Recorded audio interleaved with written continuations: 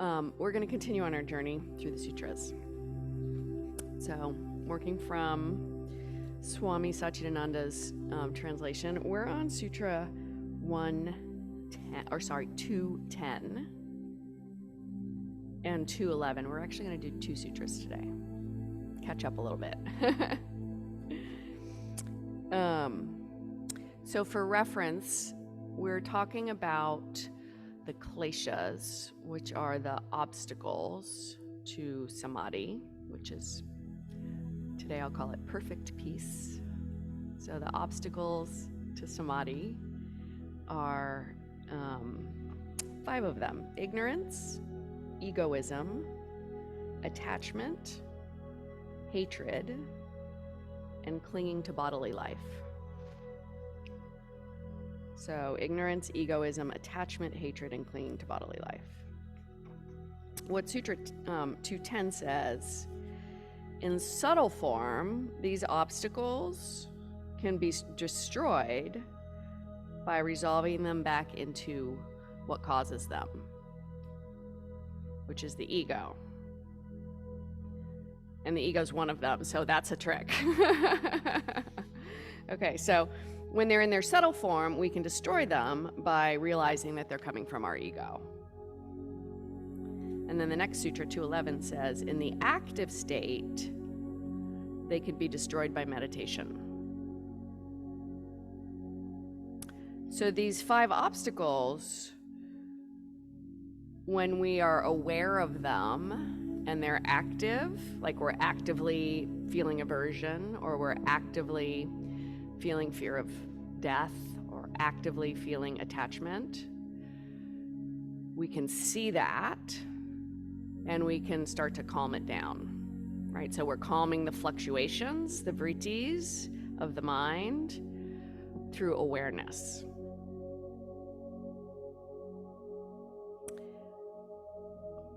So there's the subtle form, which is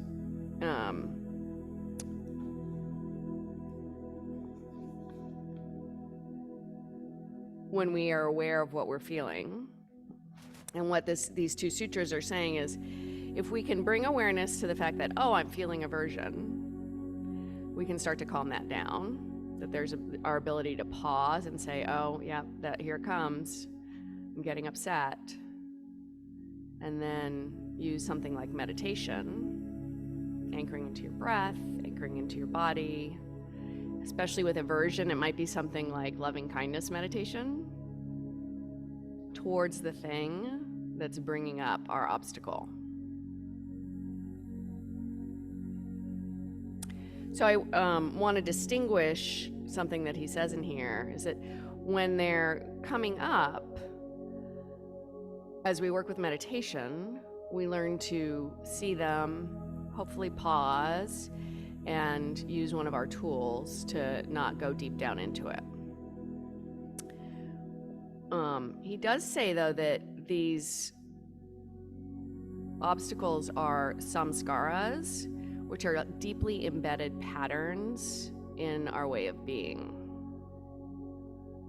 So, just like an example might be, if you got bitten by a dog when you were young, you might be afraid of dogs even as an adult, even though you've learned that not all dogs are going to bite you. But there's like this thing inside you that's deep, and you can come encounter with a dog and just like feel physically what your reaction is.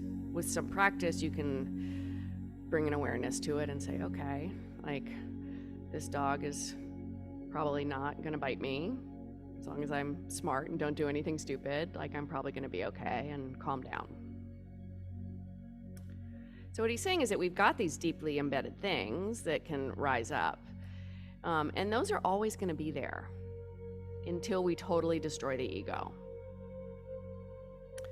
So we're not bad meditators because we keep having the same reactions. It just means we're not yet enlightened. And I don't know about you, but I'm not yet enlightened. So what I love about this sutra is it's teaching us that what we're doing is we're practicing, right? And we're getting stronger. You know, if we go to swim practice, we become a better swimmer.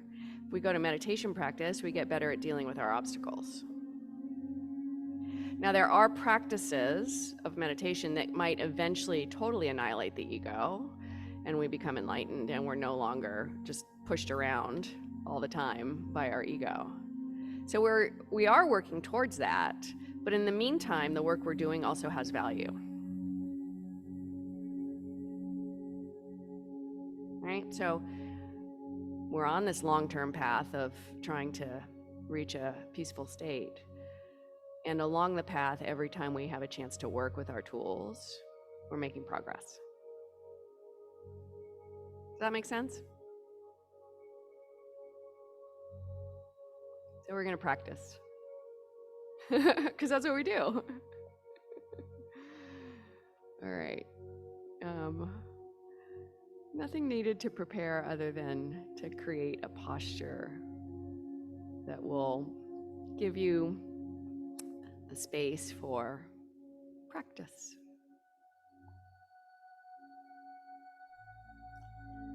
I'm going to invite you to close your eyes if that feels safe.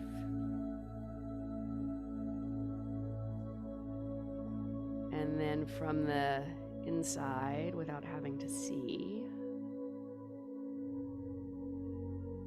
check in with your physical posture. Usually starting with your foundation, your feet, your seat, anything that's supporting you from the ground up.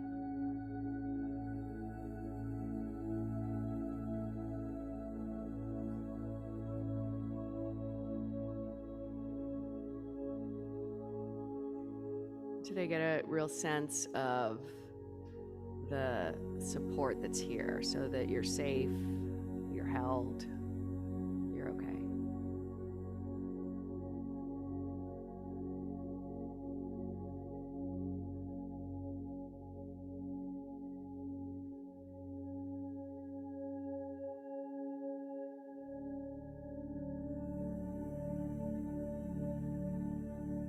I like the breath as an anchor for my practice. It's very soothing for me, and it's readily accessible.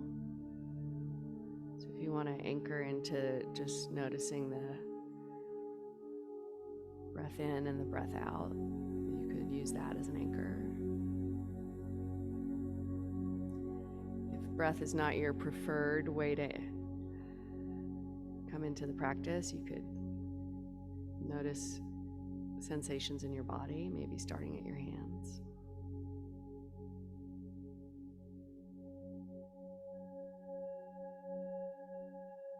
Or even a mantra, so the repetition or the counting of the breath.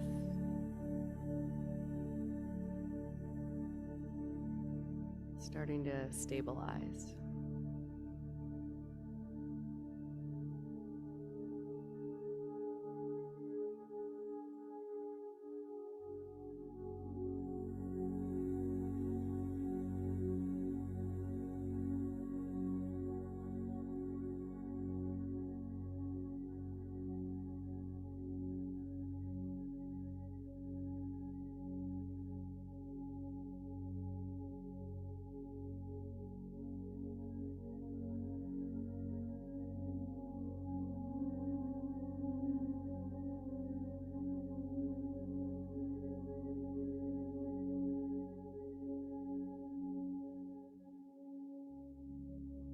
Bring to mind something that brings up a feeling of aversion. And it might be simple like food, or it might be more complex like a person. Something that might make you physically tense up or withdraw.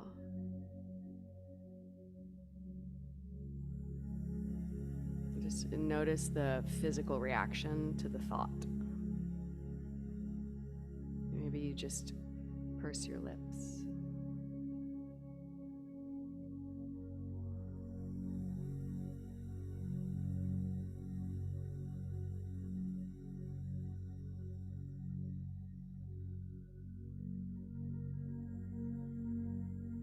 And notice any other reaction in your body. Maybe there's a Just a subtle sense of a little extra tension or resistance.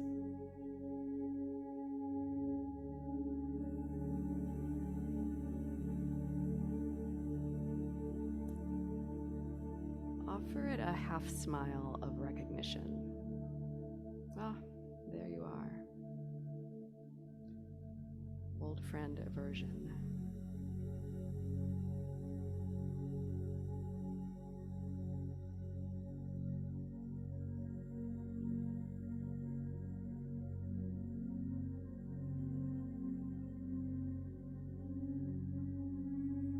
I invite you to get curious about the source.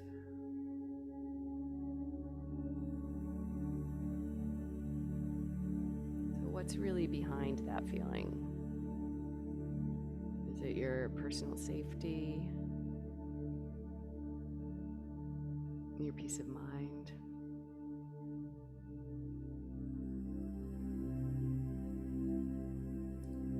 Your need to be right?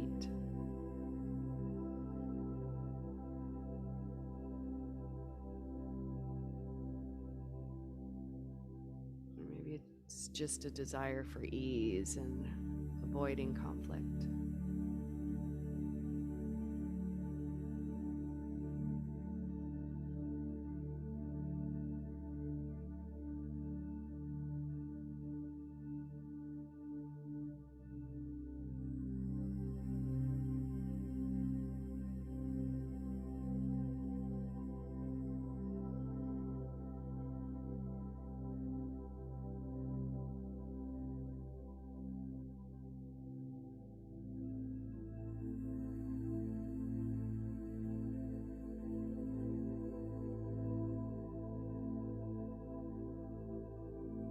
Stay with a curious mind unless it becomes too much. If it's too much, go back to your anchor.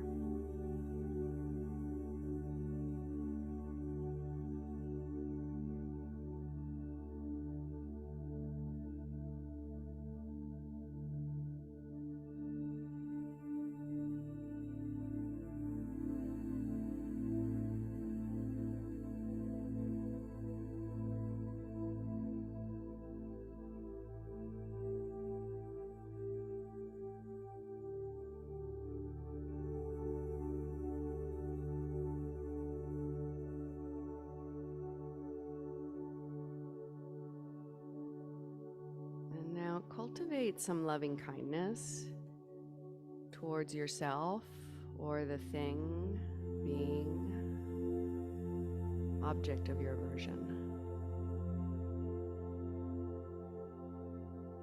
So if you need the loving kindness, may I be safe,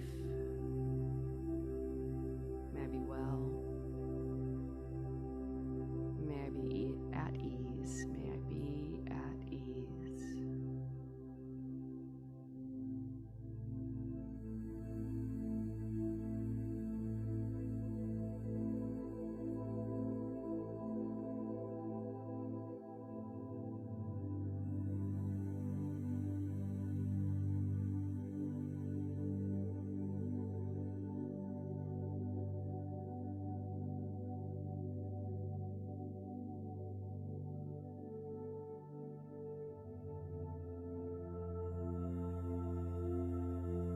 Picture yourself in your mind's eye as you send yourself this loving kindness.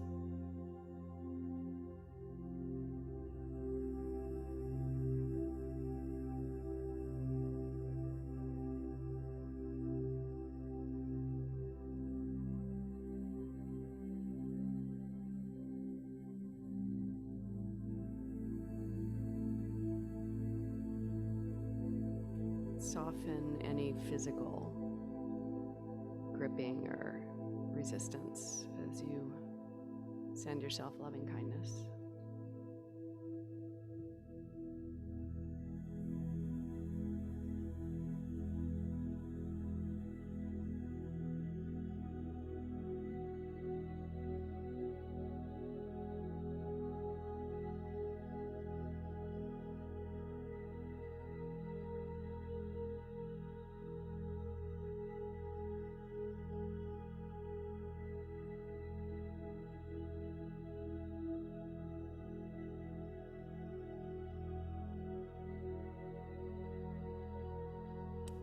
if it makes sense, sending loving kindness to the object of your aversion.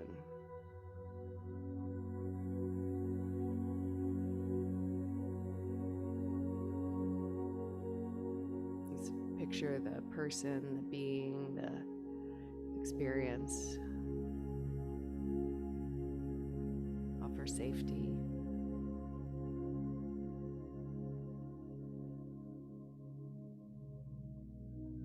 Wellness.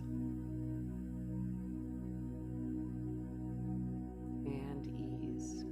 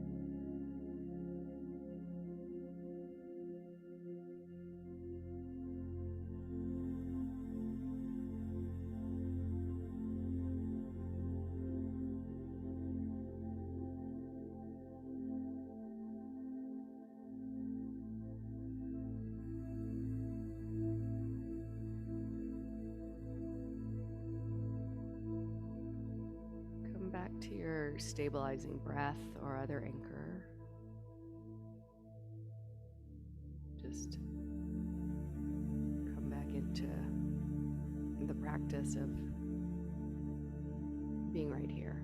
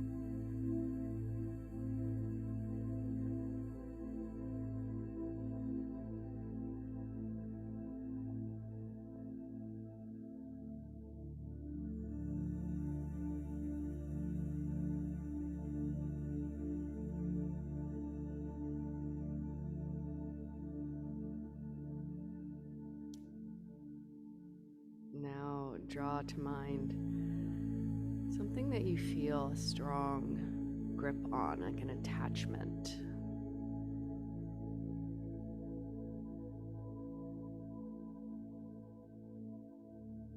Examples might be a person who is unsafe or ill. Maybe it's a job you've left or are considering leaving.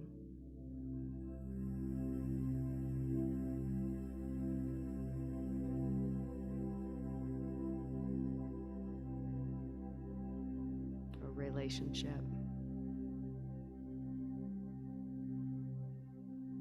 Sometimes it's an animal. It's very dear to us. And there's suffering before the suffering. Right? There's the holding on before the loss.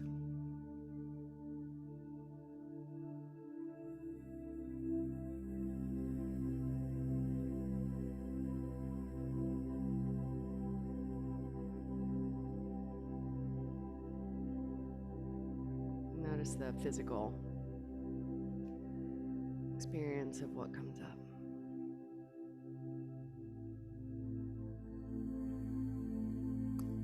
does clinging feel in your being?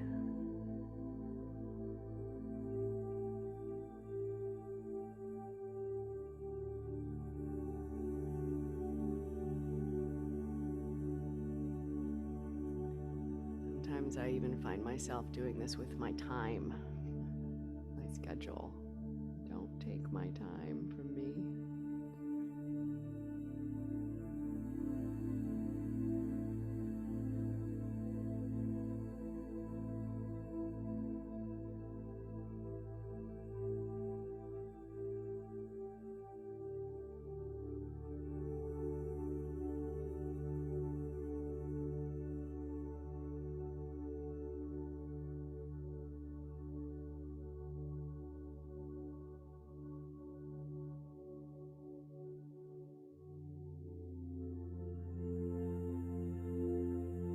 Get curious about what's really here. What's the fear, the grip?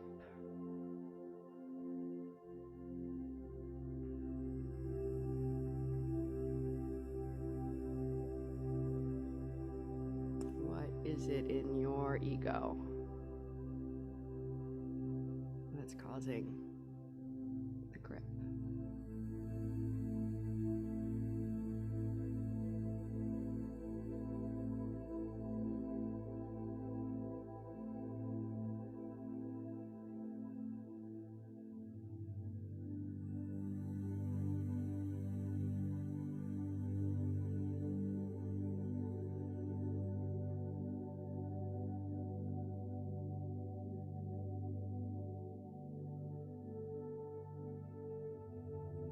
What do you think you know about the future?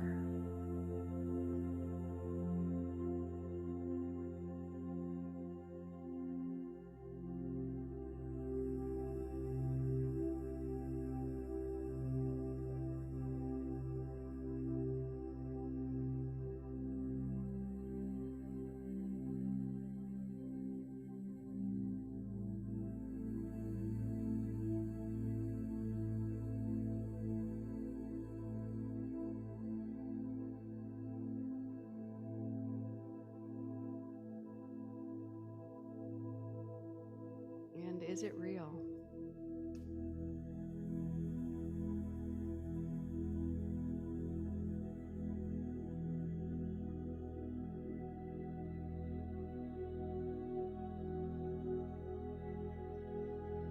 For those of us that are stubborn, we might make it real so that we can be right.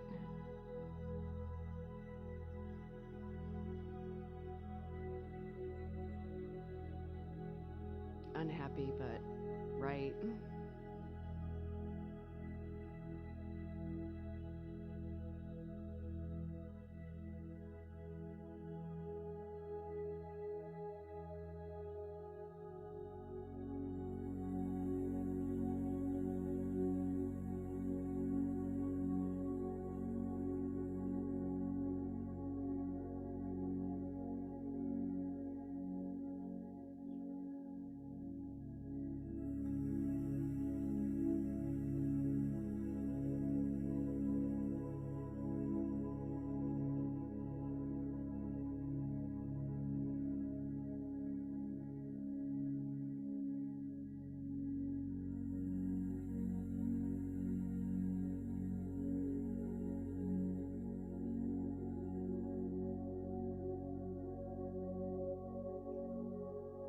Take a big breath.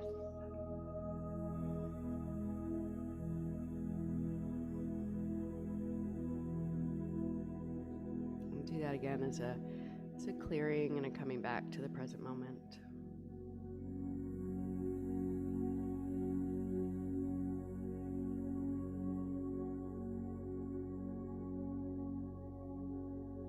And when you're ready, open your eyes.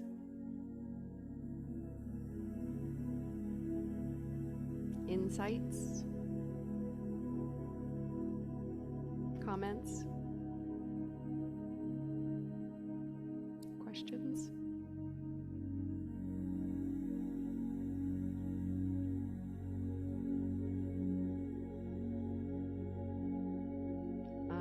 the source of my own suffering.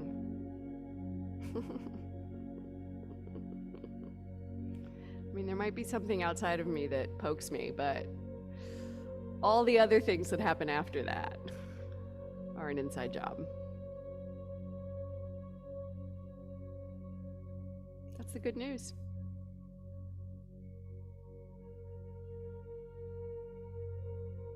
I had not a whole lot of an insight, but I did spend a lot of time thinking about scrambled eggs, the nemesis of my childhood. Yeah, I spent a moment too thinking about the flan thing, my flan. Oh yeah. And I actually am kind of curious now if I could sit down and eat some flan and just be like, what is this really? Like, what's actually going on here? Well, I can now be in the same room with eggs. It used to be the smell, just I couldn't even be in the room, but I'm not going to eat them. No. Mm-mm. Well, yeah. Even if they were going to have to go down every bite with my dad's thumbprint on them, which was, If you're noticing, my dad just laughed. Dad, we might have had that same experience when I was a kid. And I actually eat eggs now. I quite enjoy them. All right, well, I appreciate you guys. Thank you. And I hope you have a good day, and I'll see you next week. Good to see you, Fran.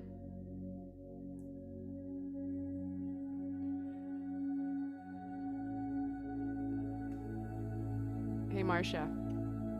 Oh, I just missed her. Thanks for coming, Gretchen. I didn't say hi yet. I'm glad you joined us. You too, Robert.